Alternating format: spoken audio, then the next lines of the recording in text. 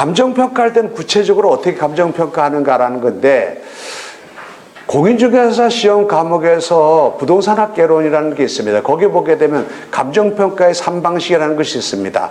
그래서 거기에 보게 되면 원가 방식이다, 수익 방식이다, 비교 방식이다 이런 얘기 있는데, 그런 거 몰라도 좋고요. 책에 써놨는데 그냥 이렇게 이해하시면 됩니다. 감정평가할 때에 일반적으로 건물에 대한 것이다. 건물에 대한 것을 감정평가할 때는 원가법을 합니다. 구체적으로 여기다가 원가법 중에서 원가법이라고 하는 것을 하는데, 원가법이라는 것은 이겁니다. 재조달 원가를 여기서 재조달 원가를 여기서 정하고 여기다가 감가 수정하는 겁니다. 자, 여기 이런 얘기예요. 지금 경매로 나온 게 건물이다 라고 한다면, 이 건물을 지금 시점에서 이러한 건물을 내가 건축하려고 하게 되면 한 5억 정도 들어야 이런 건물을 질 수 있다. 재조달 원가가 5억이다. 근데 재조달 원가가 5억인데 이 건물이 보통 내역연수가, 이런 건물은 보통 50년 정도 사용할 수 있다. 50년 정도 사용하시는데 지금 현재 이것이 10년이 지난 건물이다. 10년 지난 건물이니까 나머지 남은 연수가 40년이지. 따라서 5억으로 평가할 수가 없고, 요게 나머지, 요게 5억 들어 이런 건물 짓으면 10년 지난 건물이니까 여기다가 5억 해가지고 이거를 4억으로 평가하겠다라고 한단 말입니다. 재조달 원가에다가 감가 수정하여 지금 현재 금액이 얼마이다라고 하는 겁니다. 자, 그럼 건물을 평가할 때, 그럼 보세요. 재조달 원가를 계산하려고 하게 되면, 구체적으로 이런 건물을 건축하려고 하게 되면 이러이러한 비용이 든다라고 한다면 계산서를 열심히 작성해야 되겠죠. 그리고 여기다 감가상각해야 되니까 수치를 도입해야 되겠죠. 그래서 얼마다라고 한단 말입니다. 이거 어떻습니까? 정확하다고 볼 수 있습니까? 대충 두루뭉실 해가지고 할 수 있잖아. 그때마다 원자재 가격도 다르고 지역마다 다 금액이 다를 거 아니야. 이게 그 비용이 다를 거 아닙니까? 그러나 기본적으로 건물에 대해 감정평가할 때는 이렇게 한다라는, 이 방식에 따라 한다라는 얘기입니다. 그 다음에 건물 중에서도 집합건물의 경우에는,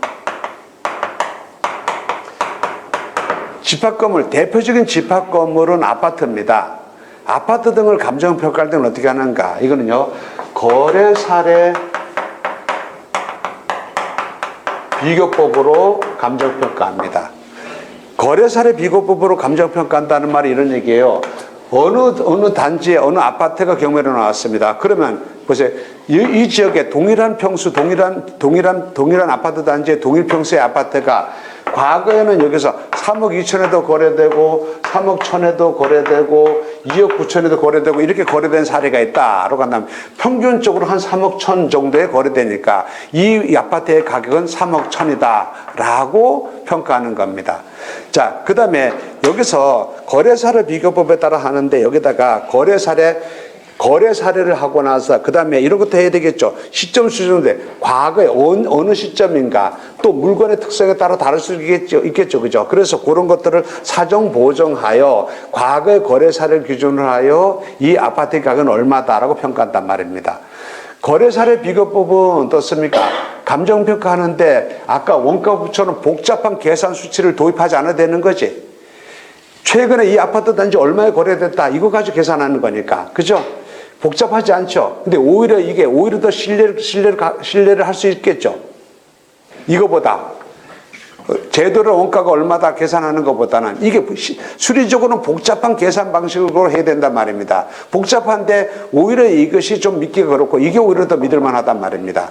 그 다음에 자, 토지에 대한 감정평가를 할 때는 어떻게 하는가? 토지에 대한 감정평가할 때는 거래사례 비교법 중에서 공시지가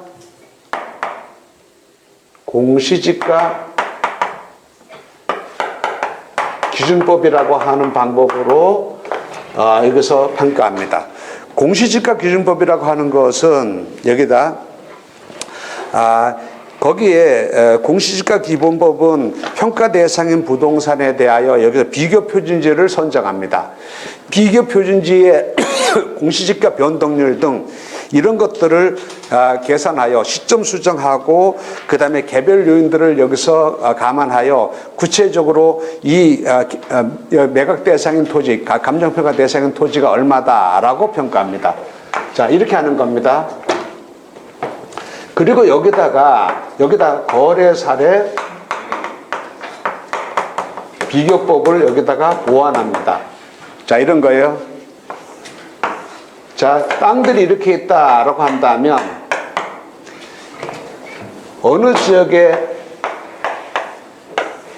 땅이, 자, 요런 땅이 매각 대상으로 되었다라고 한다면 여기서 동일한 지역 내에 여기서 지목이나 모든 요건들이 비슷한 것을 비교 표준지로 삼습니다.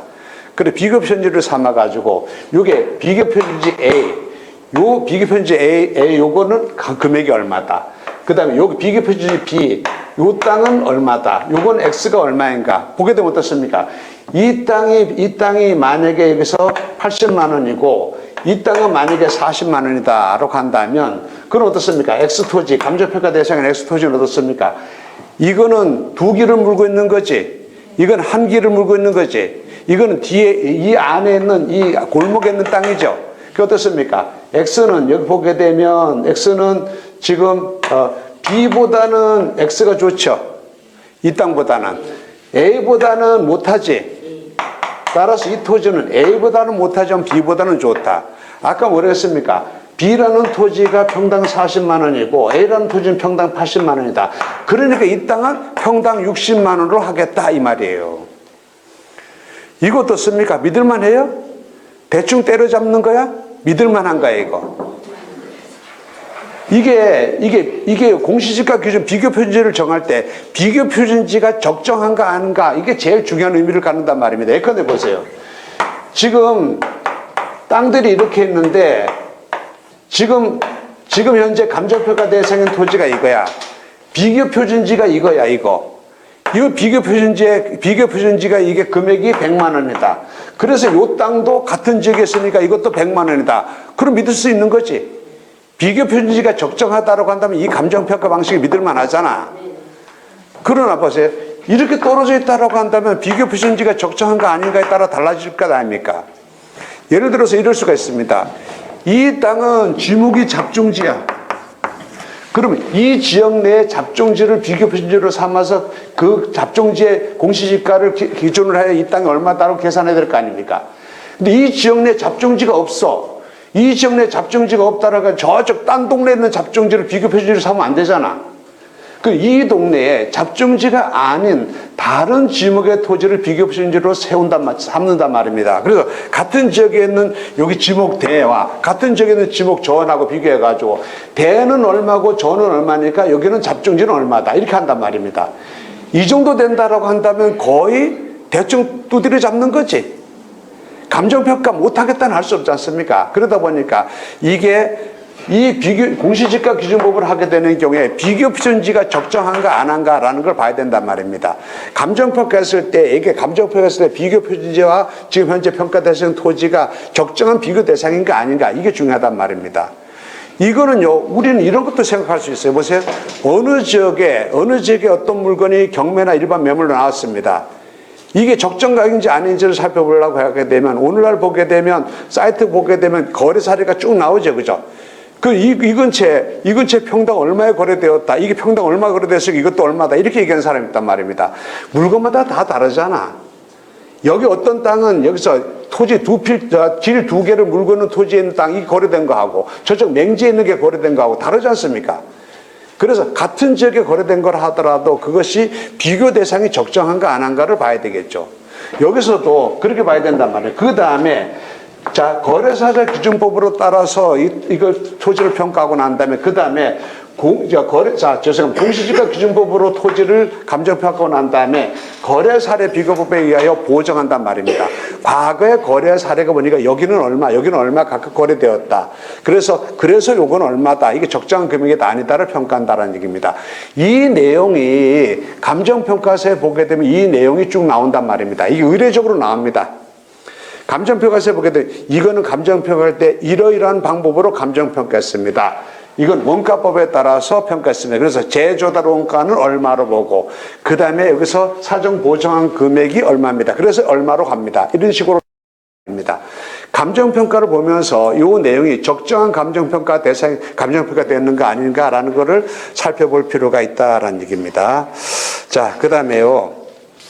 이런 것을 좀, 감정평가 관련해가지고, 자, 나중에 감정평가서를 많이 보다 보게 되면 이 부분을 알게 되는데, 감정평가서에는 전에는 말이에요. 감정평가할 때에 감정평가사에게 어떤 부동산을 감정평가하라라고 명령을 바란단 말입니다. 그럼 감정평가사가 그 감정평가 명령을 받은 날로부터 10일 이내에 감정평가하여 감정평가서를 법원에 제출합니다. 그럼 법원에서 그 감정평가액을 참작하여 최저 매각가를 정합니다. 그런데 전에는 감정평가 명령을 바라면 감정평가사가 현장에 가보지도 않고 책상 못에 앉아서 대충 써가지고 그저 써가지고 내고 이래도 되죠, 그죠? 그런 걸 못하게 하려고 최근에 어떻게 하고 있는가? 감정평가 명령을 내릴 때 감정평가서에 도면과 사진을 첨부하라라고 명령을 바랍니다. 그래서 감정평가서의 맨 뒤에 가게 되면 필수적으로 있는 게 있습니다. 감정평가서의 맨 뒤에. 앞에는 이러이러한 방법으로 감정평가했다 얼마다 쭉 나옵니다. 맨 뒤에 가면 뭐가 나온다고요? 도면이 나오고 또 뭐가 나온다고요? 사진이 나온다고. 매각돼서 경매 대상인 이 물건의 사진이 나온다고요. 여러분요, 옥션 사이트 이런 사설 경매 정보 사이트 보게 되면 사진이 쫙 나옵니다. 이 사진들은 이 해당 사이트 업체에서 각 직원들이 나가가지고 현장에 가 사진 찍은 것이 아니고 감정평가서에 있는 것을 캡처해서 올린 거예요. 이따 그것을 보여드릴 겁니다. 자, 그래서 거기 있는 도면과 사진이 감정평가서에 있는 것을 올린 것이다 라고 생각하시면 됩니다. 자, 여기 최저 매각 가격이 그렇게 감정평가를 기초로 하여 정해진다라고 하고 감정평가액이 적절한가 아닌가라는 것은 내가 실제로 이걸 하나의 참고사로 잡는 겁니다. 근데 제가 이런 얘기를 한다고 해가지고 여러분 감정평가액을 그냥 무시하면 안 됩니다. 감정평가서에 나타나는 금액은 이건 뭐예요? 제가 왜 이런 얘기를 하냐면 이럽니다. 감정평가 금액이 이거를 5억으로 감정평가했습니다. 나중에 내가 이거 분석해가지고 가서 뭐라 그러냐면 이거 감정평가액은 5억인데 제가 보니까 5억이 아니고 이게 3억 5천 정도밖에 안 됩니다. 그럽니다. 그거가 뭐냐라고 했습니다. 왜 감정평가사가 5억으로 감정평가했는데 니는 3억 5천으로 네가 이 경매로 나온 물건 5억짜리가 아니라 3억 5천짜리다. 자, 그렇게 하는 근거가 뭐냐라고 묻는단 말입니다. 그냥 제가 봤을 때 그냥 그런 것 같습니다. 이러면 안 되겠지. 감정평가서는 근거를 대어서 5억이라고 한 거 아닙니까? 또 때로 이런 사람이 있습니다. 5억짜리 물건이 경매로 나왔는데 나는 이 물건을 5억짜리가 아니라 3억 5천짜리라고 생각합니다. 라고 합니다. 제가 근거가 뭐냐? 왜 5억짜리인데 그건 감정평가 잘못됐다는 얘기 아닙니까? 잘못됐다. 그럼 3억 5천원을 네가 평가한 이유가 뭐냐라고 물었습니다. 그러니까 답변이 뭐라는지 아십니까? 근처에 가가지고 공인중개사들한테 물어봤더니 이거 5억 안 가고 3억 5천밖에 안 된다고 얘기합니다. 이렇게 얘기합니다. 좋아요?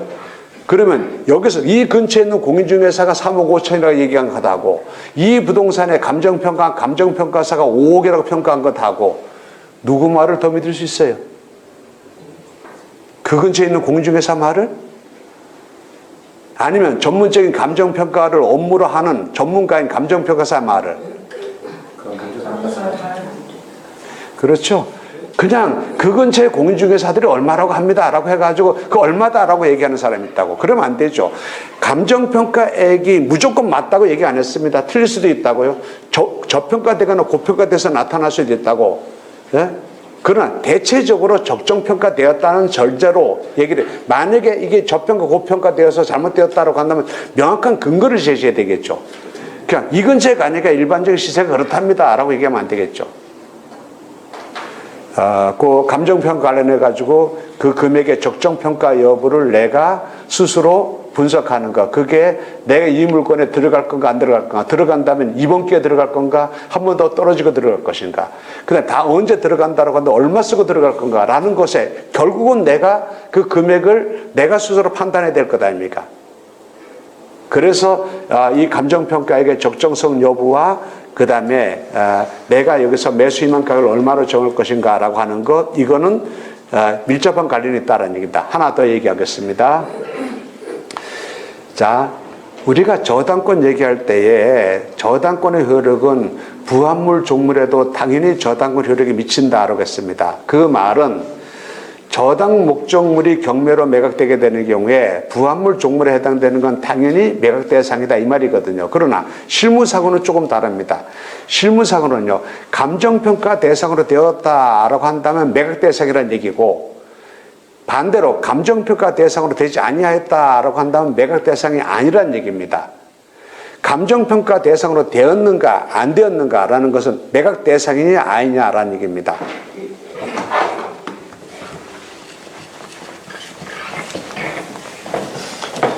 예를 들어 보겠습니다. 일반적으로 공장이 경매로 나오는 경우에 공장저당법에 따라서 토지와 건물과 공장 건물과 그 안에는 공장 기계류가 모두 다 일괄 매각입니다. 따라서 예컨대 보세요. 이 토지 위에 공장 건물이 이렇게 있습니다. 공장 건물이 있고 여기에 공장 기계류들이 이렇게 있다라고 한다면 이것이 모두 다 토지 가격이 이게 4억이다. 자, 저 건물 가격이, 공장 건물 가격이 여기서 3억이다. 그 다음에 여기는 공장 기계류가 2억이다. 그래서 이 공장 가격은 모두 다 9억이다. 이렇게 평가한다는 얘기입니다. 그런데 때로는 이렇게 할 수 있습니다. 기계류가, 여기 보게 기계류 요게 A가 있고, 이건 기계류 B가 있습니다. 그리고 감정평가에서 보게 되면 나옵니다. 기계류 A 해가지고, A에 해당, 기계류 A에 해당되는 것으로서는 해가, 이거는 1억이다. 라고 합니다. 이렇게 평가되고, 그 다음에, 기계류 B 해가지고는, 됐는데, 이거는 금액에 대하여 정하지 않았습니다. 자, 감정평가 대상으로 되었다라고 하는 말은 무슨 얘기입니까? 감정평가 대상으로 되었다라는 말은 매각 대상이다 이 말이에요. 매각 대상이라는 얘기는 낙찰자한테 이게 넘어온다는 얘기지. 이 A의 기계로 해당되는 건 낙찰자에 넘어온다 이 말이거든요. 근데 기계로 B가 감정평가 되지 않았다라는 것은 이거 매각 대상이 아니라는 얘기야. 매각 대상이 아니라는 얘기는 낙찰자한테 이 기계는 소유권이 넘어오지 않는다는 얘기입니다. 왜 이런 일이 생기냐면은 A는 공장 중 이게 채무자인 소유자가 갑이라고 한다면 갑이라는 사람이 지가 기계를 자기가 사가 여기서 설치한 거야. B라고 하는 쪽의 기계료는 리스한 거야. 리스했으면 어떻게 되는 겁니까? 채무자인 소유자의 것이 아니지. 이거 리스해서 가져가야 되는 거잖아. 리스해서 가져가야 되는 거 이거 감정평가하면 안 되죠. 이렇게 생각하면 됩니다. 감정평가 대상으로 되었다라고 한다면 매각 대상이라는 얘기고, 매각 대상이라는 얘기는 낙찰자 소유권이 넘어오는 부분이다 이 말입니다. 반대로 감정평가 대상으로 되지 않았다라는 말은 매각 대상이 아니라는 얘기고, 매각 대상이 아니라는 말은 낙찰자의 소유권이 넘어오는 부분이 아니다 이 말이에요. 이해가셨습니까? 자, 보세요. 감정평가서에 이렇게 나옵니다. 임야가 매각 대상입니다. 그 임야가 매각 대상이면 이 임야의 산에 자, 돌도 있고 흙도 있고 나무도 있고 그렇죠.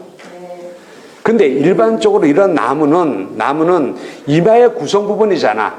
임야의 구성 부분으로 일괄해서 다 평가하였다 이렇게 나온단 말입니다. 그럼 내가 산을 낙찰받은 거기에 있는 산에 있는 나무도 다 낙찰받은 거야. 근데 경우에 따라서는 내 산주인은 따를 거 여기다 나무 심은 사람이 따를 수 있겠지. 어떤 사람이 여기다 자작나무를 쫙 해가지고 자작나무를 3,000그루 심었단 말입니다. 그럼 이거는요, 여기 지상에 있는 자작나무는 평가에서 제외되었다라고 나올 수 있단 말입니다. 그럼 이거 어떻게 되는 겁니까? 그 자작나무 내게 아니야. 여기 자작나무도 최저 매각 가격에 평가하였다. 토지 가격이 8천만 원이고 자작나무 가격이 2천만 원이다. 그래서 금액이 1억 원이다. 라고 한다면, 그럼 어떻습니까? 내가 이 자작나무까지 낙찰 받는 거야. 근데 토지 가격 8천만 원이고 자작나무 값이 2천만 원, 이 자작나무 값은 최저 매각 가격의 금액으로 평가하지 않았다. 라고 한다면 내가 그 자작나무의 소유권을 취득하지 못하는 거예요. 이해되셨습니까? 하나 더, 이런 얘기 합시다. 때로는요, 어떤 주택이 경매로 나오는 경우가 있습니다. 저택이. 그런 주택 안에 보게 되면 감나무도 심어놓고 향나무도 한 그루 심어놓고 뭐 이럴 수 있죠. 그죠? 여기 잔디도 깔려있고 여기다가 돌도 하나 있을 수가 이렇지 않습니까? 그럼 이거를 감정평가할 때 이 안에 있는 집 안에 있는 나무와 돌 이런 것도 있는데 이것도 일괄하여 평가하였음 이렇게 나온단 말입니다. 일괄하여 모두 평가하였다. 이 집을 주택을 감정평가할 때 일괄하여 평가하였다라고 한다면 이거 전부 다 내 거다 이 말이에요. 근데 경우에 따라서는요, 이럴 수 있습니다.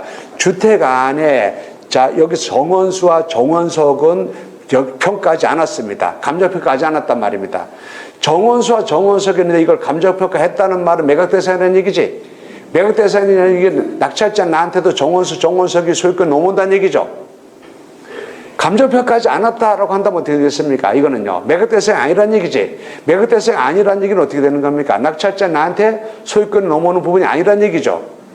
그래서 고급 저택 이런 것을 낙찰받는다라고 한다면 감정평가서에 여기서 정원수, 정원석 이런 것들을 감정평가하여 최저 매각 가격에 포함되는지 안 되는지 필히 확인해야 된단 말입니다.